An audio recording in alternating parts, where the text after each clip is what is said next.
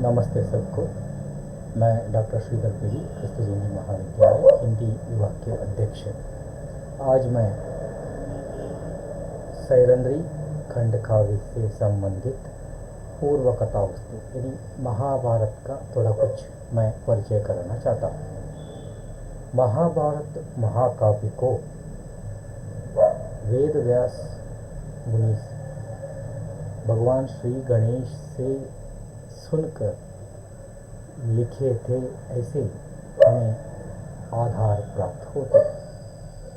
इस महाभारत ग्रंथ में आने वाले सारी घटनाएं, पात्र और सारे संदर्भ हमारे जीवन से संबंधित है और संबंध रखते हैं और संबंध रखे रहेंगे, क्योंकि मनुष्य जीवन में होने वाली सारी घटनाओं को हम महाभारत में हम देख सकते हैं। जैसे कि कहा जाता है, महाभारत की विशेषता बताते हुए कहा जाता है, महाभारत में जो जहाँ यानी महाभारत में है वह आपको संसार में कहीं न कहीं अवश्य मिल जाएगा।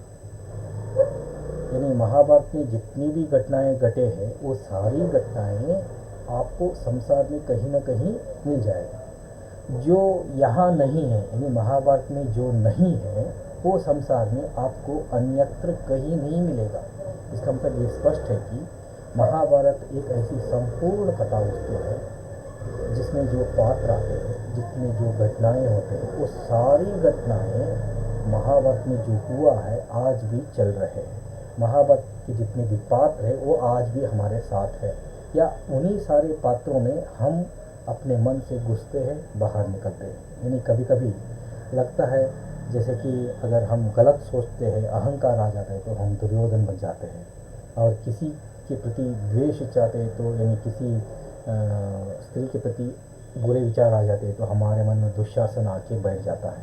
अगर हमें कोई किसी को हेल्प करना है, डोनेशन देना है, दान देना है तो हम लोग अपने आप कर्ण बन जाते हैं। अगर बहुत ही शौर्य से कोई काम लेते हैं तो अर्जुन बन जाते हैं। न्याय दान देते हैं तो धर्मराज बन जाते हैं, और अर्जुन बन जाते हैं जब अगर कोई वीरता से हम लड़ते हैं तो। इस प्रकार महाभारत में आने वाले सारे पात्र जो है वो सारे पात्र हमारे मन में ही हैं और बाकी नहीं है।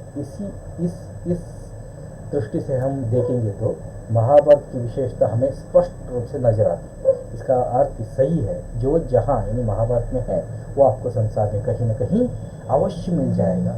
जो यहाँ नहीं है यानी महाभारत में जो नहीं है आपको अन्यत्र कहीं नहीं मिलेगा। यहाँ महाभारत की कथा वस्तु दो शहरों के बीच में चलती है, एक इंद्रप्रस्थ और दूसरा हस्तिनापुर। यानी हस्तिनापुर नगर में जो राज्य है दुर्योधन का, और इंद्रप्रस्थ जो बना है इंद्र के द्वारा लिखित है, इंद्र के द्वारा निर्मित है, वो इंद्रप्रस्थ नगर है। इन दोनों राज्यों के बीच में कुरुक्षेत्र युद्ध चलता है, यानी पांडव और कौरवों के बीच में कुरुक्षेत्र युद्ध चलता है। और यहाँ लड़ने वाले कौन हैं, वो क्यों लड़े और उनका मूल क्या है, इसके बारे में हम थोड़ा देखेंगे तो ये महाभारत की कथा वस्तु कुरुवंश से प्रारंभ हो जाती है। यानी कुरु राजा कुरुवंश से प्रारंभ हो जाती है, और उसका मूल पुरुष शांतनु है। शांतनु की दो पत्नियाँ थे, एक गंगा और दूसरा सत्यवती। और गंगा और शांतनु के एक पुत्र पैदा होता है, उसका नाम है भीष्म। और भीष्म पैदा होने के बाद गंगा वापस स्वर्गलोक चली जाती है। फिर बाद में सत्यवती से शांतनु शादी करना चाहता है। वो सत्यवती से शादी करना चाहता है, मगर सत्यवती मानती नहीं है। फिर भी राजा होने के कारण उसकी बातों को सुनना पड़ता है, मानना पड़ता है, उसके साथ शादी कर लेता है। मगर सत्यवती एक कंडीशन यानी एक वचन ले लेती है शांतनु से, क्योंकि तुम्हारा पहला पुत्र है। उन दिनों में क्या होता था, पहला बेटे का बेटा ही राज्य का उत्तराधिकारी बनेगा, यानी कुरुवंश का राजा बनेगा। तुम्हारा पहला पुत्र है, कौन है, वो भीष्म है। तो इसीलिए उसका पहला नाम था कि गांगेय था उसका दूसरा नाम, यानी गंगा का पुत्र था, तो उसका नाम था देवव्रत भी था। यानी भीष्म के यानी ये तीन नाम है, भीष्म, देवव्रत और गांगेय, यानी गंगा का पुत्र होने के कारण। तो वो कंडीशन डालती है कि शांतनु से, जब मेरे कोख से जन्म लेने वाले बच्चे अगर कुरुवंश राजा बनेंगे तो मैं मानने के लिए तैयार हूँ तुम्हारे साथ शादी करती है। मगर तब शांतनु मुश्किल में पड़ जाते हैं। तब वो भीष्म अपने पिताजी के उस दुख को समझकर वो आजन्म ब्रह्मचारी रहने का क्या क्या है प्रतिज्ञा ले लेते हैं। तब वो भीष्म का मतलब भयानक प्रतिज्ञा ले लेते हैं। तो भीष्म प्रतिज्ञा ले लेते हैं। तब वो क्या होता है, भीष्म प्रतिज्ञा लेने के बाद शांतनु की शादी सत्यवती से होती है। और सत्यवती की से होने के बाद कहा जाता है कि व्यास मुनि से सहायता लेकर चित्रांगद और विचित्रांगद नामक दो बच्चे उनके पैदा होते हैं। चित्रवीर्य और विचित्रवीर्य भी उनको कहा जाता है, चित्रांगद और विचित्रांगद कहा जाता है। और उन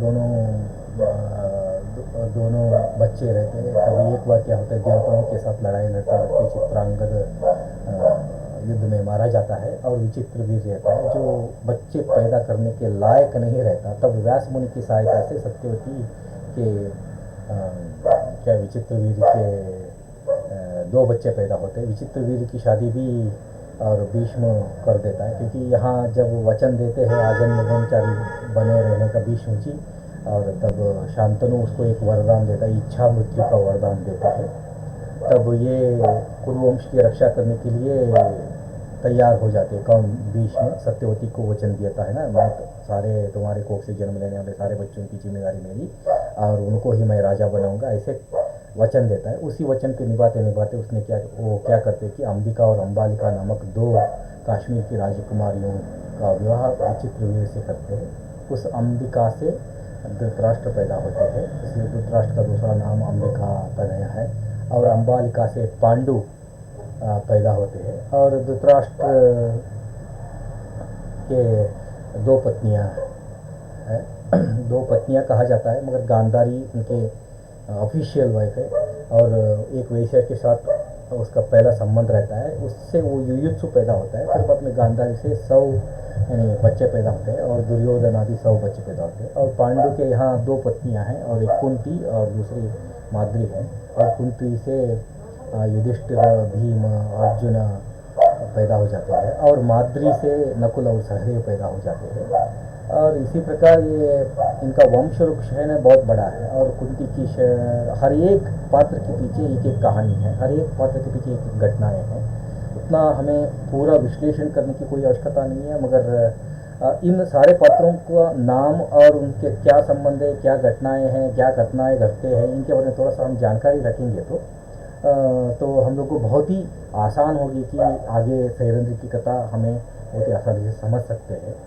तो यहाँ मूल रूप से हमें ये ध्यान रखना चाहिए कि यहाँ धृतराष्ट्र के बाद वो अंधा था, और अंधा होने के कारण उसके भाई पांडु को राज्य मिला, हस्तिनापुर का अधिकार मिला। और पांडु के भी बच्चे पैदा हो गए कि युधिष्ठिर, भीम, अर्जुन, नकुल और सहदेव।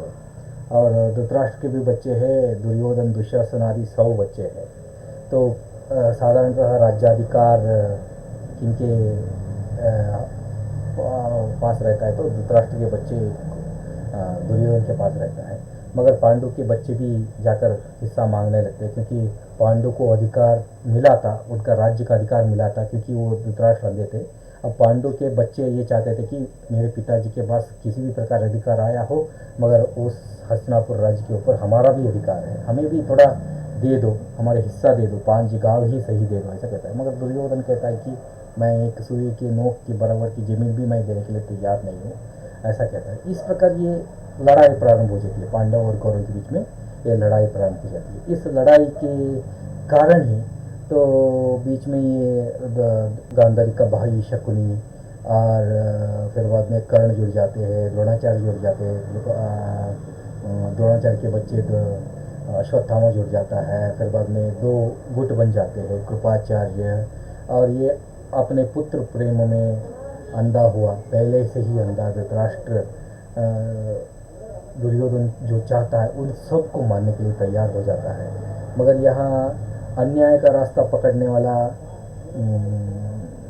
दुर्योधन और उनके सारे भाई, और न्याय का रास्ता पकड़कर कुंती के सारे पुत्र युधिष्ठिर, भीम, अर्जुन, नकुल और सहदेव लड़ते रहते हैं। इसमें से एक तरफ शकुनी है, दूसरी तरफ कृष्ण की सहायता प्राप्त करके उनके सपोर्ट पा करके पांडव लड़ने लगते हैं और इनके बीच में ये सारी कथा प्रारंभ हो जाती है। फिर बाद में दोनों के बीच में लड़ाई जुए के खेल में ख़त्म होती है। जुए के खेल में खेलते खेलते द्रौपदी का अपमान हो जाता है और बहुत सारी प्रतिज्ञाएं, दास बनाना, फिर बाद में संपत्ति को लूटना, फिर बाद में 12 साल का अज्ञातवास होता है, नहीं 12 साल का वनवास होता है, फिर बाद में 1 साल का अज्ञातवास मिलता है पांडवों को और लाक्ष गृह में जलाने की कोशिश करते हैं पांडवों को कौरव, फिर बाद में विष डालते हैं उनके खाने में। ये सारी कथा चलती है।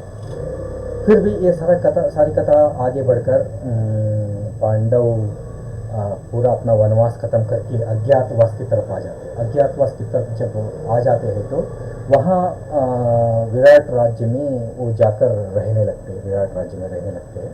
विराट राज्य में रहने लगते हैं। तब की घटनाओं को ही मैथिली शरण गुप्त जी सैरंध्री खंड काव्य में आकलन कर यानी उसको संग्रहित कर हमारे सामने तो प्रस्तुत करने की कोशिश की है। अगले वीडियो में मैं इस महाभारत के विराट पर्व और विराट पर्व में ये सैरंध्री की कथा किस प्रकार प्रारंभ होती है इसके बारे में मैं जानकारी दे दूंगा। धन्यवाद।